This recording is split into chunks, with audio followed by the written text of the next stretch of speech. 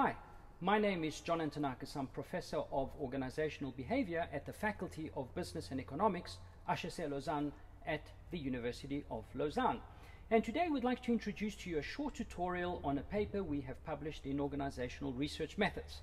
The title of the paper is on ignoring the random effects assumption in multi-level models, review, critique, and recommendations.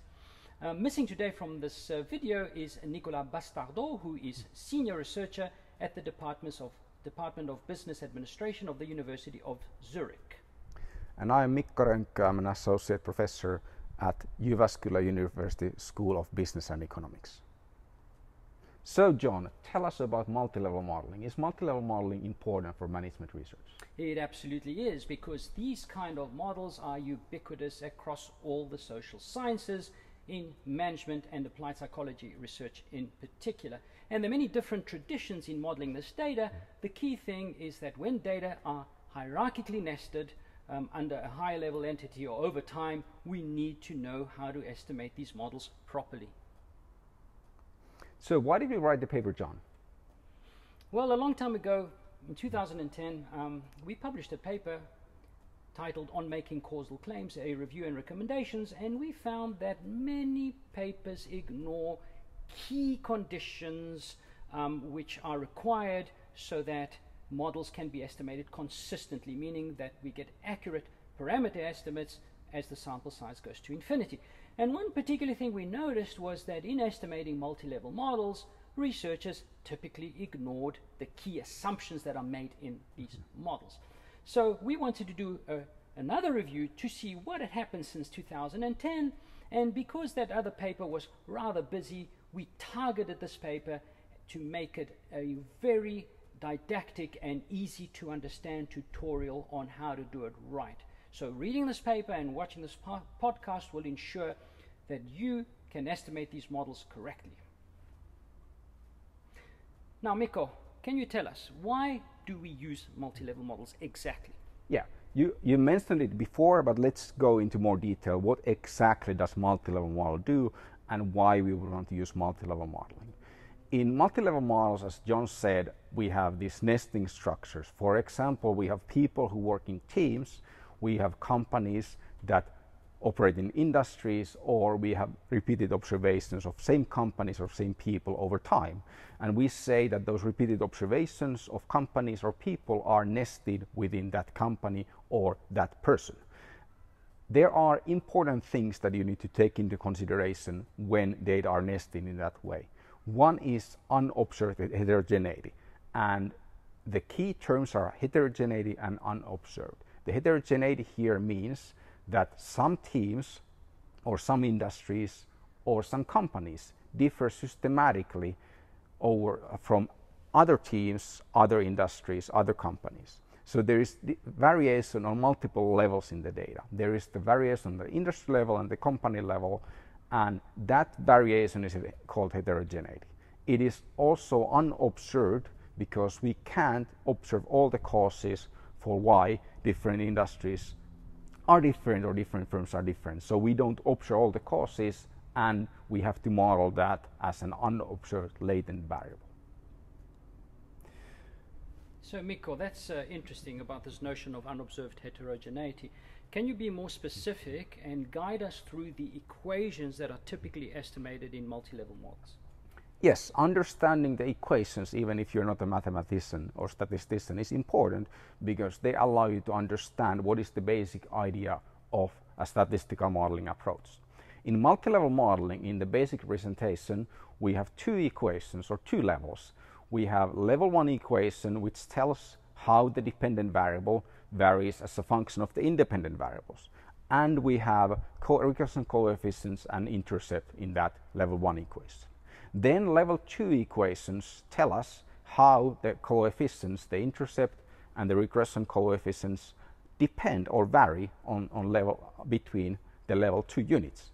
For example, this kind of model allows us to model unobserved heterogeneity by allowing each firm to have a separate intercept over those repeated observations that we may have in a panel data. This basic model can also be presented in a mixed effects mixed model format. So the idea in multi-level model is that these multiple levels, and then you can write the same equation as one equation, and importantly that one equation has the fixed part, which is the data and the regression coefficients that are used to multiply the data to get the dependent variable and or the regression line, and then on the other hand we have the random part, which tells how the observations vary around the predicted regression line. In normal regression analysis, where there is no clustering, you just have one part, the normal error term, in the random part. In multi-level models, you can have different variance components in the error part. Importantly, in this paper, we are focusing on estimating the within effect. So we are focusing on asking the question that if we change x1 here by 1 unit, how much does that affect the performance or the dependent variable on the individual level?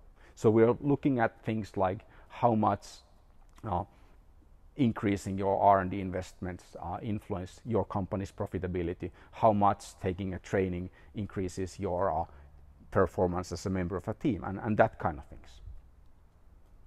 So key, as Mikko just said, is estimating the within effect. So here we're going to see now two traditions for estimating multi-level models.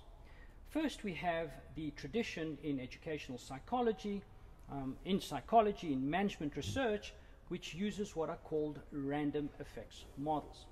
And there's another tradition that's used a lot in econometrics and in sociology called the fixed effect model. Now, as you can see in these two equations, there are some key similarities, but also some key differences. And the key differences reside in the random part of the model. In the random effects model, we have an extra disturbance term, the UJ term, which Mikko referred to earlier, which is how we model the unobserved heterogeneity. Do we consider it as random and put it in the random part of the model, or do we use it and model it as a specific observed variable in the fixed part of the model, where we allow it to correlate with the regressors at level 1?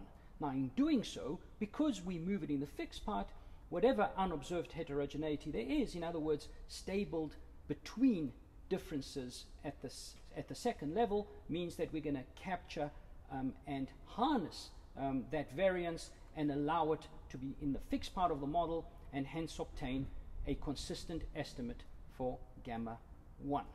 So the basic assumptions that are made here is, in the random effects model, which makes one additional assumption, is that the unobserved heterogeneity is random and uncorrelated with the level 1 variables. In the fixed effects model, the only assumption we make, which we make also in regression, is that the E term, the disturbance, is random. So both traditions make the latter assumption, that Eij is random, but random effects makes an additional assumption. And if you fail this assumption, that's when you're going to have to face the beast, endogeneity. So John, based on that, it looks like the fixed effects approach is a lot better approach to random effects. So are there any disadvantages in that approach? Well, it is a standard approach that is used in econometrics, but the only problem, it's not a problem really, because we have a solution to this, is that we cannot accommodate level 2 regressors. Now, Mikko, what other effects beyond the within effect can be estimated in these kinds of models? Yes, the within effect again is the effect of changing something within an individual and its effect on the individual level outcome. So if you increase the amount of sports you do, how much that influences your health. But there are also other effects that can be estimated, and the important effect for our paper is the contextual effect. There is also the between effect. These effects are estimated by adding means of the level 1 variables as controls in the model, producing the correlated random effects model. And understanding the within effect and the contextual effect is perhaps easier with an example. So the within effect means that how much changes in an individual affect outcomes on an individual levels. And there's a clear policy implication in that.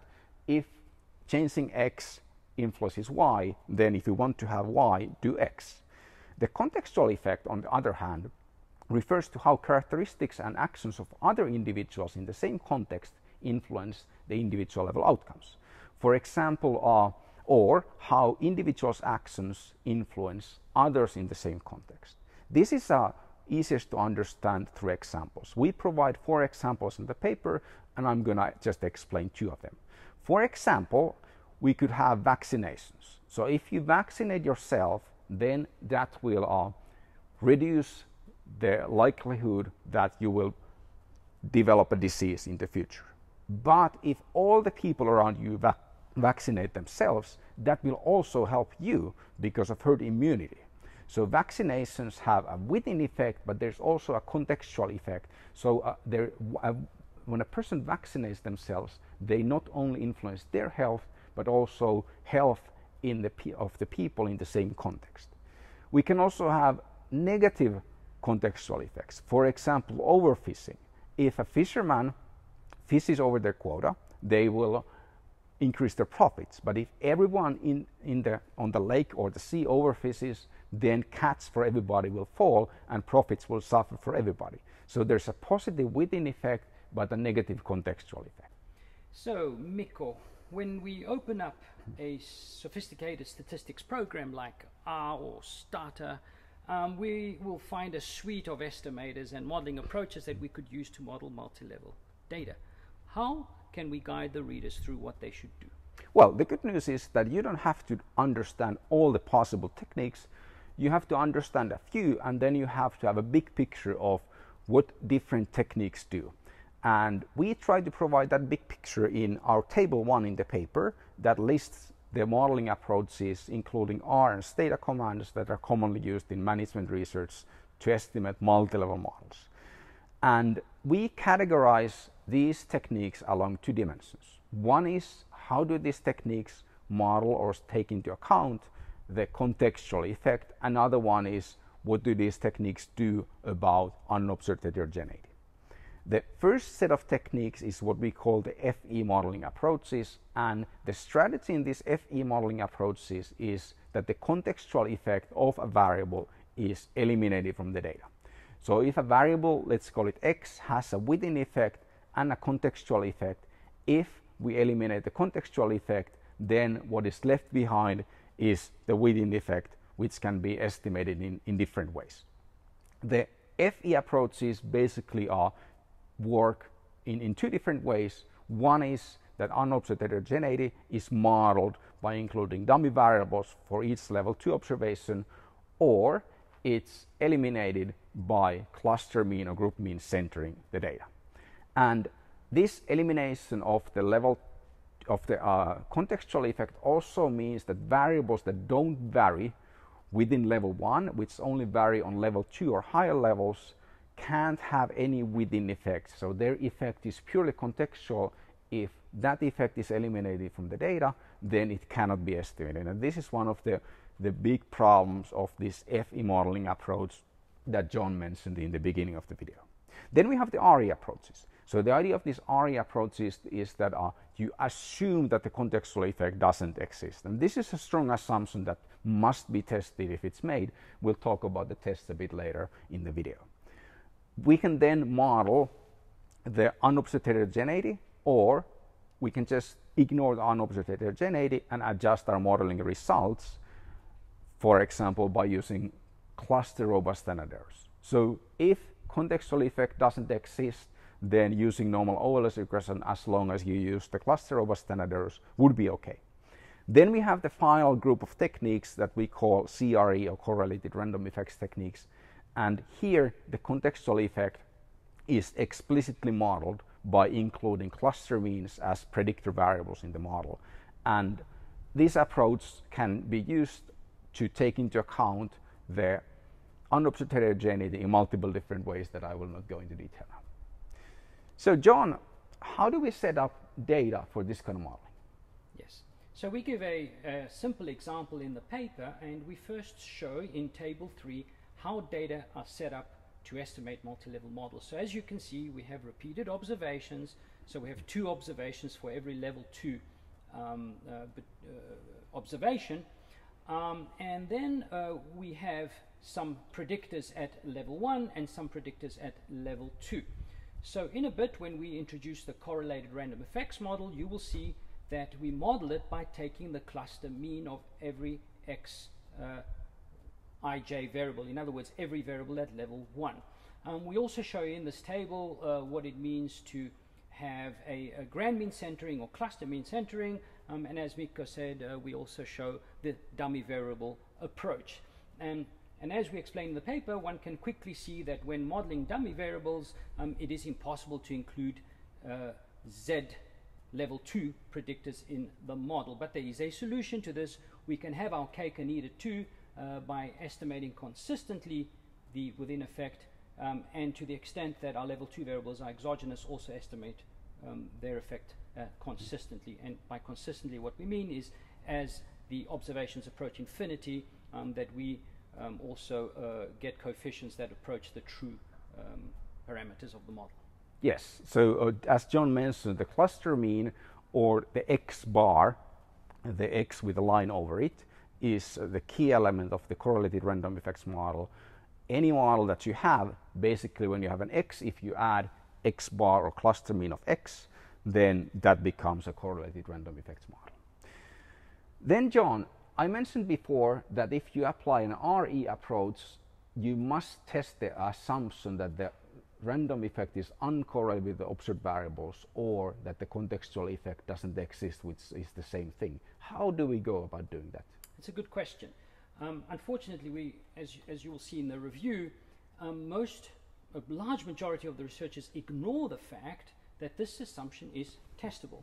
Now, it has been mentioned in different parts of the literature in multi-level models. This is something that is explicitly mentioned and taught in econometrics and sociology approaches. Now, there are 3 ways in which we can test whether the assumptions of the random effect estimator hold. So the first approach is using what's called the Hausman test. Now, the Hausman test is a general endogeneity test which compares an efficient estimator, in this case the RE, the random effects model, versus a consistent estimator, the fixed effects model. And if there is a significant difference between the estimates, that must come from the fact that the disturbance, the UJ term, is correlating with the level 1 variable. So a significant Hausman test means we reject the random effects model, and we must model the within effect using a fixed effect or fixed effect type estimator. There's also a likelihood ratio test where we compare 2 nested models when we use maximum likelihood. And then a more generalized version, and this is the test that we recommend, is an F or a Wald test. And the explicit test we do here is we test whether x bar, as Mikko said earlier, whether there's one or more than one x bar, it doesn't matter, but we test whether the x bar coefficients are significantly different from 0. The F test approach, or the Wald test approach, is very powerful because it can accommodate any way in which the variance is estimated. So if we've used a sandwich estimate of the variance or cluster robust standard errors, we can always get that test by using the latter approach. Now, we did a Monte Carlo simulation to demonstrate why the approach that we profess is the best.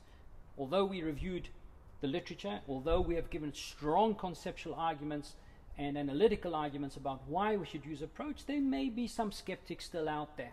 So what we've done is we've done a very extensive Monte Carlo simulation to show which estimator or estimation approach is the best. So Mikko, can you run us through what did we do in the Monte Carlo? Yes, I'm happy to do that.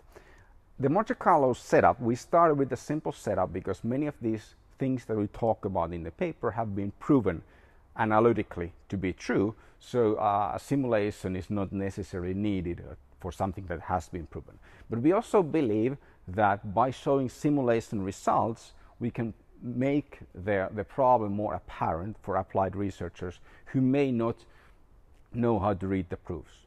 And we started with a simple simulation, and then the simulation grew a bit more complex because of 2 rounds of reviews. So eventually we had quite a few conditions. We varied sample size on level 1, for example, how many people in a team, and then we varied the sample size on level 2, for example, how many teams we have in the data. So that was part of our original simulation. Then we varied endogeneity on level 1 and level 2 to check how much the correlation between the level 1 variable x and the unobserved heterogeneity term u influences the results, and what is the effect if the level 2 variable z correlates with the unobserved heterogeneity u. Then we also added different magnitudes of effects for level 1 variable and level 2 variable. We only varied one of the effects of x1 for level 1 and effects of z1 for level 2.